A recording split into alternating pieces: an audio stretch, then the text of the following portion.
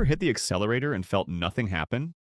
Or worse, your car jerks forward unexpectedly, leaving you questioning whether the vehicle is even safe to drive? Here are some mistakes most drivers make. They replace spark plugs, fuel injectors, or even the throttle body itself, and the problem comes back the next week. That's because they're looking at symptoms instead of the cause. The real culprit is often hiding in plain sight: the throttle position sensor, or TPS. This tiny sensor tells your car exactly how wide the throttle plate is open, and if it's feeding bad data to the ECU, nothing else you replace will fix it. The TPS shares responsibility for everything from acceleration response to idle control, and even transmission shift logic in modern vehicles. When it malfunctions, it creates symptoms that mimic other parts: hesitation, stalling, poor fuel economy. So most people blame the wrong system.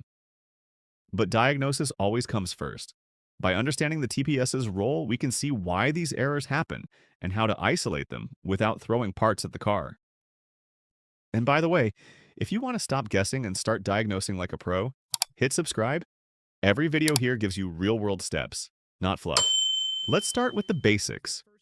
The TPS monitors the angular position of the throttle butterfly inside the throttle body. When you press the gas pedal, the throttle opens. The sensor reports the angle to the ECU, and the engine responds with precise fuel injection and timing. Modern drive-by-wire systems make this sensor even more critical because the ECU doesn't just read pedal position, it controls the throttle motor directly. If the TPS is sending erratic or false data, the ECU can misinterpret your intent completely. Now let's talk sensor types.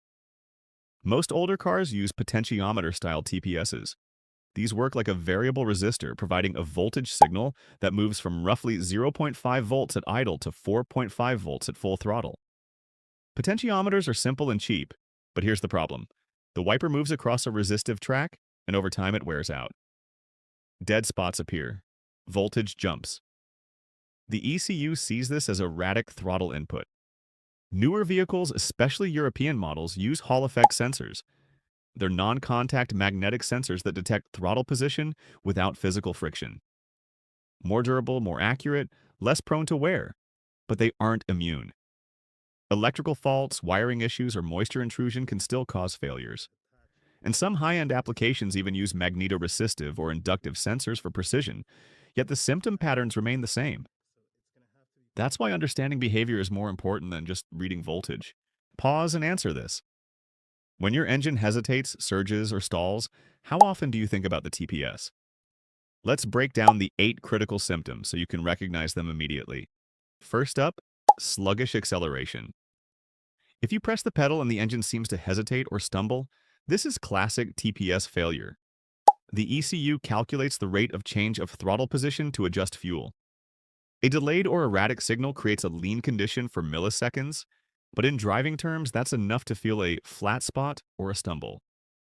Many drivers assume fuel delivery or spark timing is the problem, but here's the one difference that changes everything. If the delay disappears after a sensor sweep, it's the TPS, not the injectors. Second, unstable or surging idle. When your RPM bounces up and down without touching the gas, the ECU is trying to chase a signal that doesn't exist.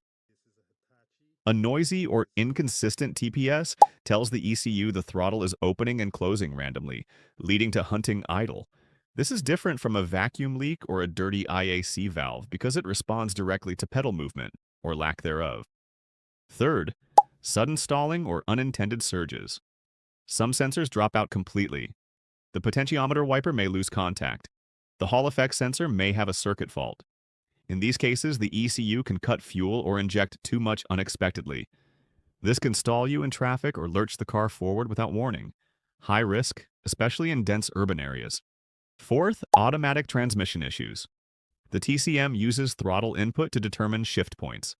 A low TPS reading can cause short shifting, lugging the engine. A high reading can make the transmission hold gears too long or downshift harshly. Persistent failure often triggers limp home mode, locking the transmission in one gear. Many drivers blame the transmission itself, but this is almost always a throttle signal problem first. Fifth, check the engine light. The ECU constantly checks TPS voltage against MAF, MAP, and other sensors. If something doesn't match, the CEL lights up. Codes you might see include P0120 through P0123 and P2135 for dual sensor correlation errors. But here's where most people go wrong. They see the code, replace the throttle body or ECU, and ignore the sensor. Diagnosis always comes first. Sixth, fuel economy drops. A high or erratic TPS signal tricks the ECU into enriching the mixture unnecessarily. Drivers notice 10 to 20% lower MPG. This isn't a fuel injector problem, it's a throttle sensor feeding bad information. Seventh, emissions problems and catalytic converter damage. Incorrect air-fuel ratios can overload the converter, causing overheating and eventual failure. You'll notice the classic rotten egg smell. This is one of the most expensive downstream consequences of ignoring a failing TPS. Finally, hard starting and misfires. TPS errors during cranking prevent proper fuel timing. You may need to perform the clear flood procedure repeatedly just to start. Once running, misfires occur because the ignition timing and fuel mixture are no longer synchronized with actual throttle position. So what causes these failures? Mechanical wear in potentiometers, carbon buildup on throttle plates, environmental stress like heat cycles, and electrical faults such as poor grounds or wiring damage. Often the issue is simple, but without a methodical diagnosis, it's impossible to confirm. Diagnosis starts with a multimeter voltage sweep. With ignition on and engine off, verify the 5V reference and ground.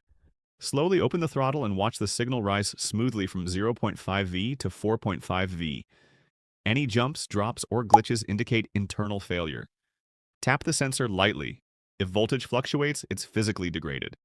For drive-by-wire systems, OBD2 live data is invaluable. Monitor absolute throttle position while pressing the pedal. Graph the voltage and look for spikes or signal noise. Compare redundant sensors. If they disagree, the ECU may trigger reduced engine power. Next comes cleaning. Many sensors are fine, but carbon deposits interfere with movement. Always use proper throttle body cleaner, never carb cleaner. Move the throttle with the pedal while spraying. Don't force it by hand, or you can damage the actuator gears. If cleaning fails, replacement is next. Disconnect the battery to prevent voltage spikes. Remove the old sensor, noting orientation, and install the new one. Use a multimeter to adjust for the correct idle voltage before tightening screws. Many modern sensors are plug and play, but some require precise alignment. Then comes the critical step most drivers ignore: ECU reset and throttle relearn. After installing a new sensor, the ECU still has adaptive tables from the old sensor. Without a reset, you can see high idle, stalling, or CEL illumination. Professional scanners provide bidirectional throttle relearn. Older domestic models can use battery drain procedures to reset capacitors. Some vehicles require pedal sequences, like the Nissan Pedal Dance or Chrysler Slow Press, to relearn idle and closed throttle positions. BMW, Toyota, and Lexus each have unique sequences, but the principle is the same. The ECU must recalibrate to the sensor's true readings. Finally, prevention. Clean the throttle body every 60,000 miles. Keep connectors dry and secure. Many sensor failures are actually just corroded wires. By maintaining the sensor and completing the relearn procedure, you prevent costly catalytic converter damage, poor fuel economy, and unsafe drivability conditions. See how pattern recognition narrows the diagnosis? Hesitation, idle surges, stalling, transmission issues, and misfires all point back to one input: throttle position. Professionals follow these patterns step by step instead of guessing. Follow these steps and you can diagnose like a tech. Prevent expensive downstream damage, and ensure your car responds exactly as it should. You can also check out the video where we cover a related topic that's just as important: why your car suddenly goes into limp mode, and the one sensor most drivers often overlook that can cause it.